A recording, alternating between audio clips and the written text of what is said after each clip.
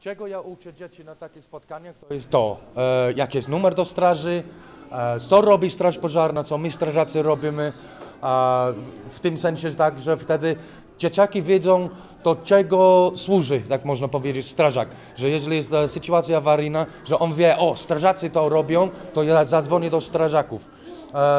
Wydaje się, często i bardzo często to jest to, że dzieci często dzwonią teraz do strażaków i dzieci bardzo często ratują życie dorosłych, więc jeżeli dziecko ma telefon i zna numer, to może zadzwonić.